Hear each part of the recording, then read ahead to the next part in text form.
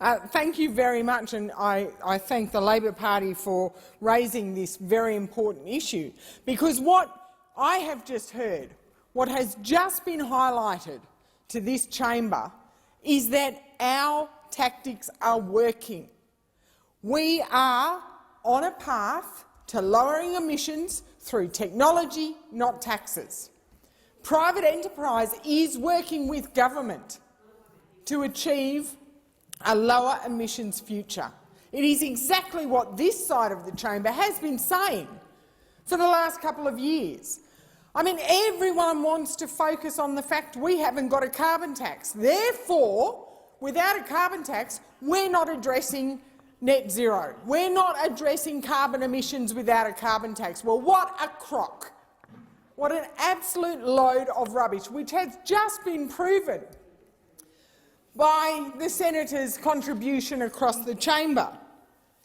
Because, yes, through our roadmap to a lower emissions future, through our technology, not taxes policies, private enterprise is getting on with the job, as are our government agencies. Australia has reduced its emissions by 20% since 2005. The majority of which has occurred since we took government in 2013. That is only 1% less than what has been achieved by the EU. But we've done it through technology, not taxes. We have done it by expanding consumer choice, not restricting it, by partnering with the private sector, not hitting them with a big stick, by consolidating our advantage, by seeing Australia adopt rooftop solar panels at a rate higher than anywhere else on the planet.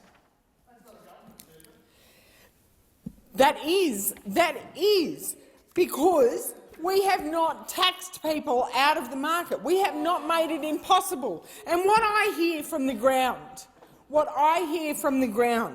is that even from people who absolutely believe in climate change, people who absolutely support moving towards a low emissions future, but what they are scared of is they're scared for their future. I've heard from farmers who acknowledge climate change, who live with climate change, who live through drought, they live through flood, they deal with the threat of bushfires year in, year out. But what they don't want to see is them locked off their farms for some arbitrary native vegetation target that does not achieve as good a carbon abatement as other alternatives. But that's what we saw the last time the Labor Party was in power. We saw farmers lose their right to farm. They ignored the potential for soil carbon capture and storage through cropping enterprises. They ignored the potential to reduce methane emissions from livestock by changing dietary requirements. Since we've been in power, the CSIRO, working with James Cook University, have developed fantastic seaweed-based feedstock for the livestock industry that are achieving huge emissions reductions, phenomenal emissions reductions. And these people should be rewarded, not lambasted because they haven't implemented a tax. I've heard from miners worried about the threat that we're just going to shut the industry overnight, which is also a crock. Out of all the countries that have signed up to net zero, there's 129 new coal-fired power stations currently under construction by countries that have signed up to net zero. And guess whose coal they want?